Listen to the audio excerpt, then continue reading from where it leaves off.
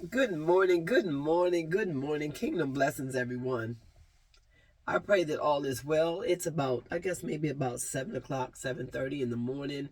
I had ran up to the community store up there, just to see exactly if they were open so I could pick up a few things. And the lady was just setting up or whatever. But as I got to talking to people, the few people that was up there, y'all, our not only is our homeless people, as far as living in a house or regular mobile homes, is in danger, but our RV life is in true trouble, y'all. Even though you have these RVs that you're living in, do you not know they're actually targeting these RVs now?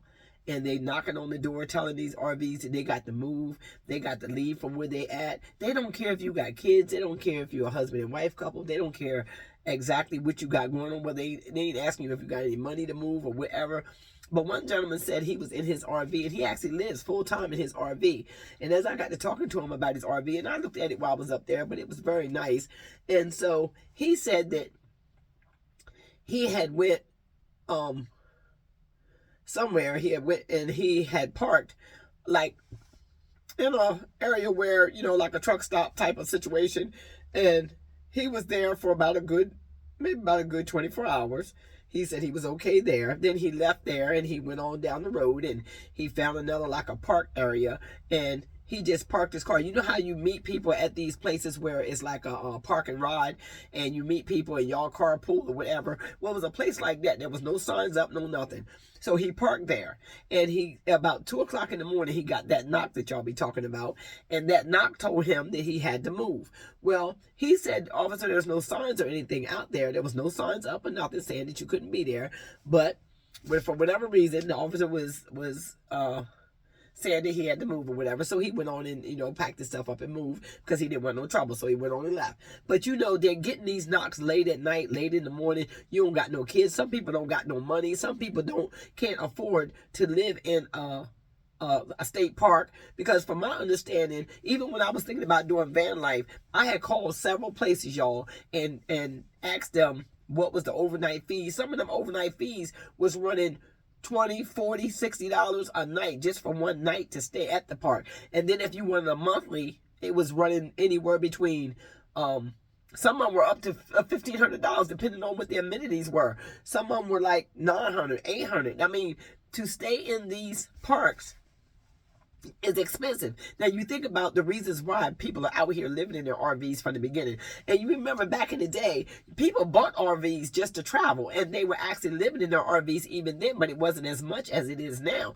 So I think because there are so many people living in RVs now, and so many RVs are out there on the roads now, and they're parking in so many different places, some in places they should not be, and it's just so apparent. I mean, how can you hide a great big RV? How can you hide a great big RV in a residential neighborhood? How can you hide a great big RV even in a hospital parking lot, or in a Buc-ee's, or in any of these parking lots that you park these things in? And you got but they got to be able to park somewhere. These people got to be able to live. There's got to be some place that they can survive, or they cannot afford to pay these high rents that it charge to be in a park. To be in a park. When you go to these state parks and you go to these campgrounds and you go to these different places with these campers, it costs you money. And especially if you want a season pass, or especially if you want a whole year's pass and you want a monthly pass, these things are expensive. So if they're already homeless and they already don't have enough money as it is, and then they get that knock and they got to move, and now they're rolling around, which costing gas. Y'all can't tell me that these RVs don't burn a lot of gas as they rolling around all hours of the night, as they rolling around all hours of the day, and don't know where they can park. And then I heard this. Now y'all help me with this. Let's give some information or give some comments about what it is that the people that or in these RVs, that are living in these RVs, where do you suggest they be able to park? What are some of the suggestions that you have known? If you are in an RV and you live in it full time, leave some comments of how you are making it out there. Where are you parking that you don't get that knock? Where are you, how are you cooking? How are you living? How are you affording to be able to drive this vehicle all around? And how are you able to make extra money while you on the road in a vehicle this big? And if you can't move around, What is your biggest fear while you out there? Because there's got to be a lot of fear, a lot of anxiety, a lot of stress, especially when you got kids and you're living in an RV, and yet still you have no land of your own, you have no place to park it. And is it still to a place where they're making it illegal, from what I've heard, for you to even park on somebody's ground and you sleeping in that RV? I heard that online yesterday, that even if you're, now I don't know how true this is, don't quote me on this, but I heard that even if you're parked on private property, because there are some people that actually will give you a space on their property to park that RV so that you can be okay. But is that illegal? Is that doing damage to the neighborhood? Why is that so illegal for somebody to be able to help somebody get off the road, but yet they want them off the road, but yet there's no place for them to go when they can't afford to pay for these state parks, when they got a moving vehicle that they can live in? Because, you know, RVs used to be the stuff back in the day. If you had an RV, you had money. If you had the RV, you was considered high dollar. If you had an RV, you was considered that man or that girl, you know, because you could roll around. It was like a party bus. You could go and pick people up. You could sleep without having to pay hotel fees. And I really believe a lot of this is because of the fact that the government can't get a cut out of this situation if you're on the road by yourself, sleeping in your vehicles. Because, you know, y'all know, I was thinking about doing van life at one time, even in this van. I still want to go out and experience it at some point in my life, but I'm looking at all the odds. Is it really worth it? Is it really worth it? Of course, I don't want to do it full time. I always pray that God will give me a place that I can be, where I can rest my feet. Because right now, from what I'm seeing, the ones that are out there doing van life, car life, RV life, now these vehicles, all these vehicles that people are living in, they are really targeting these vehicles and watching where you park and putting signs up saying that you cannot be here and this, that, and the other thing. So do y'all believe that this type of living is going to be able to continue? Because you're not criminals. These are not criminals. These are just people that may have decided to live this way to save money. They may decide to live this way so they can venture out and they can see different areas and different places. That's the reason why people buy an RV from the beginning. Back in the day, they bought them mainly so they can get in them and go visit and go ride and go to different states and see things and not have to pay the high cost of living while you're on the road. You can cook, you can take care of your hygiene needs and all of that in the RV. So the RV really became a place of comfort to a lot of people, where they would actually sleep full-time into this RV, and they're buying them beautifully. I mean, they're selling them every day. But how is that going to help people from buying an RV now that they're getting bothered by the police, or by in your state you can't sleep in it? I'm just wondering, you know, you pay all this money for these things, and now you're being told how you can use your toys, and this is your fun, and this is your hobby, and this is what you like to do. And you go different places so you can go fishing, so you can golf, and so you can go enjoy life, and you can explore, and you can go hiking, and you can do all these things. But then when it's time for you to do what you have to do. Now, one thing about that, and one thing about getting that knock that's disturbing to me, is the fact that these people do have to rest. The body has to rest. They should not be out there rolling around 1, 2 o'clock in the morning after they done fell asleep. Some of them may have already taken their medications for the night, and now they got to move and roll all around and this, that, and the other thing, when they're not really bothering nobody. So y'all let me know exactly what's your take on this. How do you feel about these situations? And especially when it comes down to older people out here, and they have been forced to live this way because of their income, or because of the fact that, you know, the rents are too high and they can't afford to go anyplace else. So why are the RVs now being targeted? Why is RV life now being so, as they say, so shunned? They're shunning that. They're actually showing up on your doorstep. They're actually showing up in your space, knocking on your vehicle, telling you that you got to move. And what if you got a vehicle that does not move? What if you got a fifth wheel? What if you got one of them kind of vehicles that you got to hook up to a truck or something of that nature, and you're in a space and maybe you just can't move it right then, or maybe you don't have the money to move it right then? So what happens then? You get drug up out of your place, out of your condition, and now you just did what? You didn't just become a criminal for living. You become a criminal for breathing. You become a criminal because you want to go to sleep. You become a criminal because of what? I mean, it's just so strange to me. It's just so strange to me that people are going through this and suffering through these hard times. And, you know, it makes you just want to say, where do you want these people to go? They're not giving no suggestions of where you go. They just telling you that you got to have money. You got to have money. You got to have money. You got to have money. People do not have money right now. People cannot afford to pay these high park prices to park these vehicles in a campground or on a site. So they seeking out regular people that have land, and they're asking you, can they park their vehicle on your property for a small fee? And they may have $400 or $500 to give you for the month, or $600-700 to give you for the month. So what is the dangers of that happening? What do y'all see the liability of you as a regular person allowing somebody to park on your property to sleep, to rest? Yeah, how do y'all feel about that? Because it looks like that's where we're headed. It looks like that's where we're coming to. I mean, because if that RV can't do nothing, that RV can't just roll around all hours of the night. That RV can't just stay woke 24 hours. That RV just cannot continue to keep moving when it don't have no money to move. It's going to deplete its funds very fast. And then what? What happens when these people have been pushed in a corner and they really have nowhere to go? They have no other resources. This is the only vehicle they have, is the one that they're riding around in to sleep in. I thank God that Big Blue, that I call my van Big Blue. Big Blue is paid for. I don't owe a dime on Big Blue. So if I end up homeless, Big Blue would have to be the place where I would have to sleep. If that's where I choose to sleep, I do have family. Don't get me wrong, I do have family. But if I chose to want to sleep in Big Blue, I mean, would that make me a criminal? Am I going to be a criminal now because I choose to sleep in my own van, one that's paid for? So that means somebody's still telling you what to do with the very things that you own. You got to be able to move around. Now you got to do it right. And I know that's easier said than be done, because now if I was to go out, I would pray that God would give me enough strength, enough money to be able to go to a park for safety reasons. For me being a female by myself, I would want to go to a park. I'd want to catch up with other van life ladies, and I would want to be able to be invited to the barbecue, invited to the party. But so many people do not have that option. They're moving with everything they got right now. And right now their pockets are not able to pay that $1,500 or $1,200 or $900 a month fee that it costs to go and live into a RV park. It's just not in the budget. And if it's not in the budget, I don't know what they expect these people to do.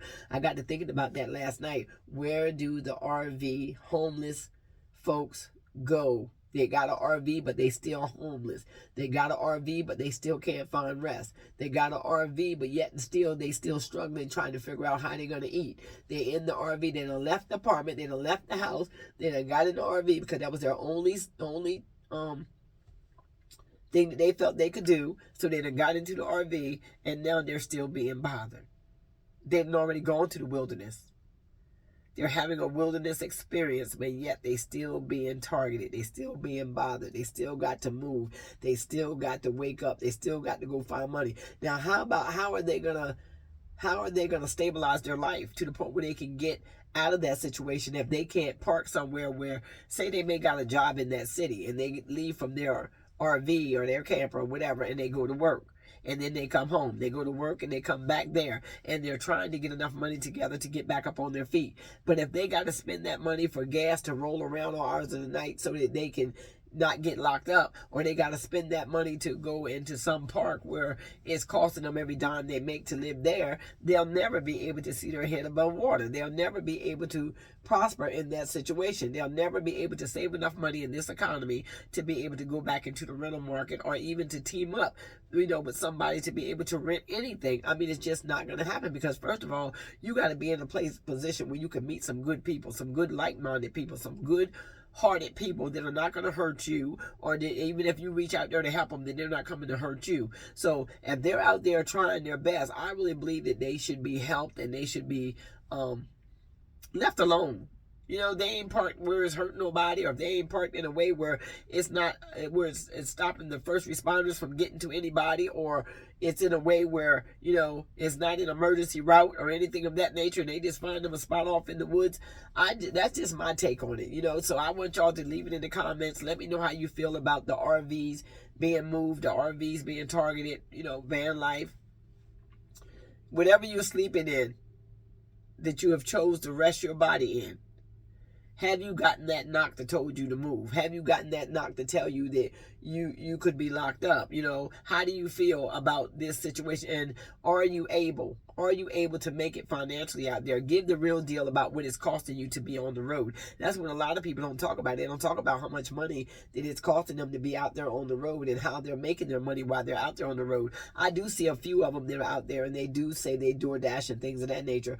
But even if you're DoorDashing, I guess that's the best place, because if you're in a vehicle, you're making money every day. But if you're in an RV is too big to DoorDash in, or RV is too big to even go through some residential streets. I mean, because I've seen some RVs out there on the road myself that have been, you know, off on a side street where you can see people are actually living in this RV, and you wonder what that RV is doing there in your mind as you ride by. But then you think there's a lot of people that's less fortunate than you, and they're actually living in these RVs, and these big RVs are being parked in places where they're eyesores because of the fact that they're so big and they cover up so much territory that you cannot see around them and you can't see under them. So maybe a lot of people just wondering what that person's story is. They really want to know what that person's story is. Why is that person homeless? Why are you there? And right now, it's not even a question of why. It's just a question of when. When a lot of us might end up homeless. When a lot of us might end up on the side of the road. When a lot of us might end up in these very vehicles that we drive around every day.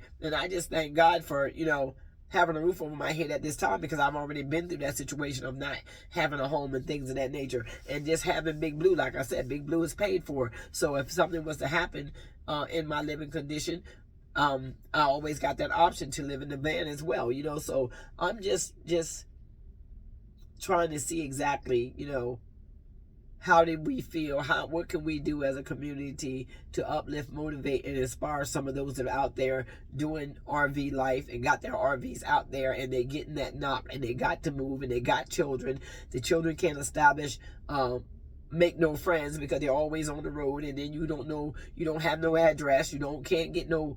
You got a P.O. box, but you don't know where you're going to be at. You don't know how to get your mail. I mean, it's just a lot of uncertainty that goes on there where you're robbing Peter and pay Paul, and you're struggling to stay afloat, and you just feel like you're inhumane. It does not even feel right when I think about situations like this happening, that people are actually living in their RVs and still trying to make it, and yet they still being asked to move, and they still being targeted, and they still struggling, and they still can't get no help, even though they're out there, and the money is not enough, and is not going as far as they thought it would, and they've set up residency in this RV because they feel as though that this has to be home for them. This has to be where we live, because we cannot afford to live in America today. We getting priced out of America. You getting priced out no matter where you run. There's no place for you to run. There's no place for your feet to rest.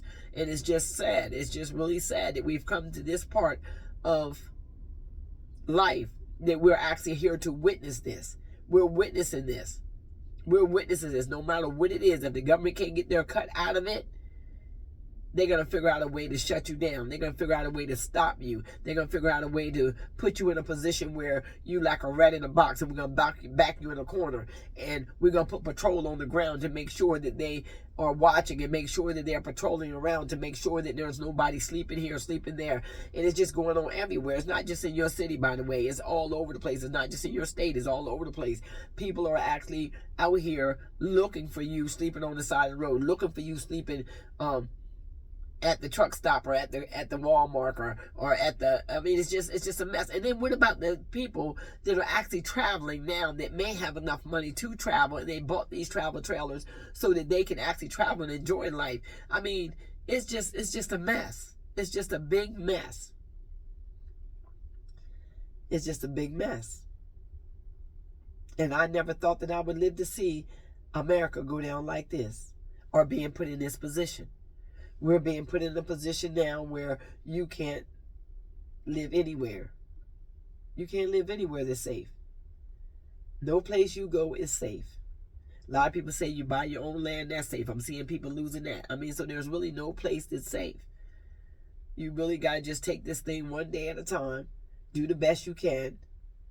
Try to obey the laws of the land, no matter how tough they are, because they are really giving us some tough laws right now, tough rules and regulations right now, especially those that are out there in the RVs. RV life, van life, car life, whatever vehicle life you're living in. It's just like saying RV homelessness is on a rise because they're rushing people out of them, because see, those are the people's home. That's your vehicle. That's your vehicle. If you lose your vehicle, you're now out in the wilderness. You're out in the elements, and now you're a prey to whatever is out here. And at least in the RV, you're safe. You're contained. I would think that would be better. To know that they're in this spot, this is where they return to. It's almost like them having a home. They're not going to leave their RV. They're going to stay right with it. So at least they're staying off the street. They're out of the way. They ain't hurting nobody. They ain't harming nobody. They're doing what they can do to stay in their space. But now that's not acceptable. It's not even acceptable. And I mean, it just breaks my heart to know that people are trying, in the very least, the little thing that they're doing, they're getting shut down, even with that. So that's how I feel about it. And I just want y'all to type it down in the comments. Let's uplift, motivate, and inspire each other on this day. F is so you can help somebody. F is so you can help anyone that you see out there in the RV that may be struggling, that may be going through. Please do so. Speak life over them. You know, if we can't help them, we don't want to hurt them. So thanks be unto God that we are a channel that's on the move for positivity. And let's keep our conversations positive. Let's be upbeat, and let's just try to deliver a good word, a good message that somebody can eat off our table and walk away with a smile on their face, walk away with hope, walk away with joy, walk away with their peace.